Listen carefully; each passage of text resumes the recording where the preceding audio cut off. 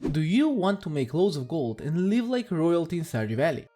Whether you want the best decor or just enough cash to fund your slime hatch addiction. These are the best late game money making methods, and honestly some of them work pretty early on too. And hey, if any of these are new to you, do me a favor please, and hit that like and subscribe button. It helps me out immensely. And I have my goal of 10,000 subscribers before the end of the year, so let's try to make that happen. The first method is the lazy ruler shortcut to cash. As you all know, wine is king in money making for Stardew. But what about mead? Normally farming honey is a pain, but Sandy's got you covered. Every Friday she sells honey at the oasis for 200 gold. Throw it into a keg and boom, you got mead, which is worth 420 gold with the artisan profession. That's a 220 gold profit. No farming, no stress, it matures in 10 in-game hours, so it's basically printing gold. Just remember, buy on Friday and get rich on Saturday. With the farming mastery unlocked, you can now upgrade your sheds with the maximum garden pot setup to make it function like a mini greenhouse. Line the shed with rows of garden pots, put some deluxe retaining soil and just water them. Afterwards you just harvest them with the iridium scythe, grabbing the ones behind as well. This optimizes the shed setup and increases production and profit by a lot. The 1.6 update gave bee houses a big upgrade as well. Now flowers in garden pots affect honey production. You can now fill Ginger Island with loads of bee houses and sprinkle around a few potted flowers, and bam, infinite fairy rose honey. This trick works perfectly on Ginger Island since the flowers don't die out when the season changes.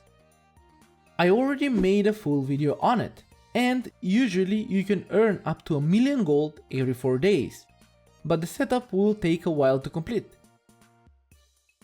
Pigs are still the premium animal, rolling in gold with the truffles. But what about the others? Well, there have been a few changes. The golden animal cracker is an item when given to the animals, it will double their yield. Giving one to the ostrich will make it produce 2 eggs, and if they're both iridium quality, that's 1,440 gold right there. Turn it into mayo and get 10 iridium quality jars, all worth 532 gold each. That's over 5k gold per ostrich per week. So yeah, maybe dinosaurs aren't the only ones laying expensive eggs. Sheep also got a buff.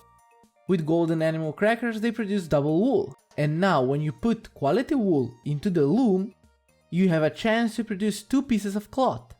With the artisan profession, that's 658 gold per cloth. Get 2 iridium quality wool, convert it into 4 cloth. That's over 2,600 gold per sheep. You'll be rolling in gold with the sheep with this.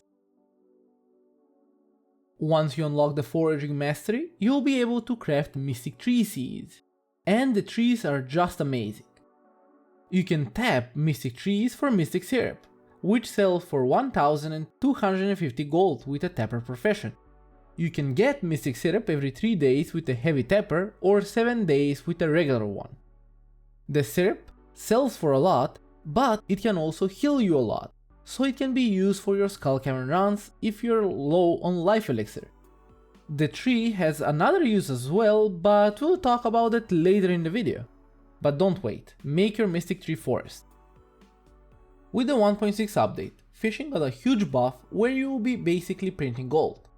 You first need to unlock the fishing mastery and get the advanced fishing rod. Afterwards, just get some bait.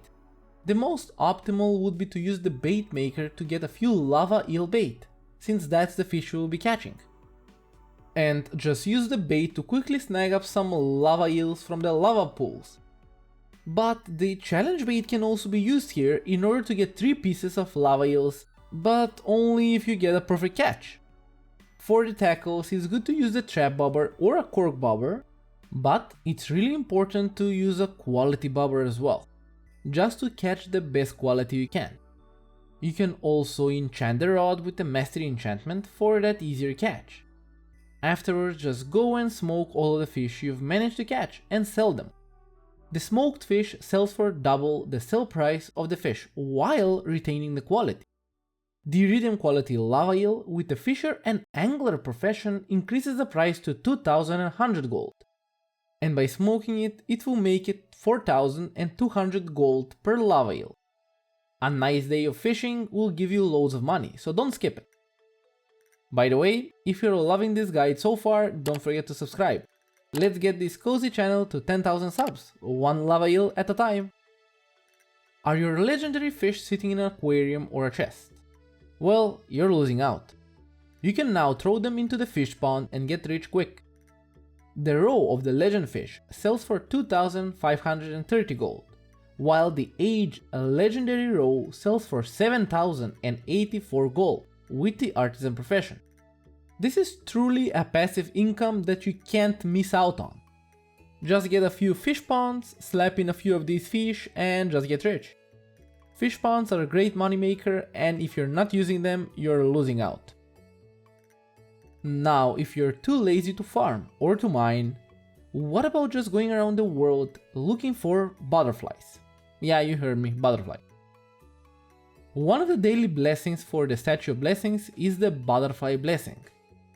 This blessing spawns an iridium butterfly somewhere in the valley, and if you find it, it will either give you up to 50,000 gold or a prismatic shard. It's like a Stardew version of hide and seek but with cash prizes. Another amazing moneymaker in Stardew Valley is the mushroom log. You learn the recipe for that on foraging level 4, and it produces mushrooms every 4 days. The quantity of mushrooms produced increases with the amount of wild trees, that is, non-fruit trees, in the 7x7 square around the log. That includes the immature ones as well. The amount of mushrooms generated is limited to between 1 and 5. Therefore, the number of nearby trees needed to always get the maximum amount of mushrooms is 10. You can make it so that you always get the purple mushrooms as well by having the mushroom logs between mystic trees, and by using the dehydrator, you can turn all of these mushrooms into gold for your future endeavors. With the mining mastery, a great way to earn more gold by selling bars has also appeared. The statue of the Dwarf King can give you buffs which will make your trips into the Skull Caverns a bit easier. But the other great thing is the Heavy Furnace, which requires 25 pieces of ore and 3 coal to run. The furnace has a 50% chance in producing 5 bars, or also a 50% chance in producing 6 bars, which is a nice little treat. With this, you save a lot of coal in the process, making the profit from selling the bars that much bigger. If you have the blacksmith profession, the iridium one sells for 1500 gold, while the radioactive one sells for 4500 gold. With that, we're basically putting Clint out of work. Raisins are also one of the greatest things which were added in the 1.6 update. Now, if you put a box of raisins into a Junimo hut, it gives the Junimos a 20% chance to have a double harvest. So don't waste that. Use it, feed your Junimos.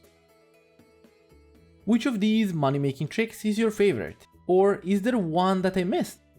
Drop it down below and let me know. Don't forget to also subscribe to the channel if this helped you out, and if you're still watching, you're a legend. Let's hit that 10,000 subscribers by the end of the year, and you'll also get notified of all my future updates.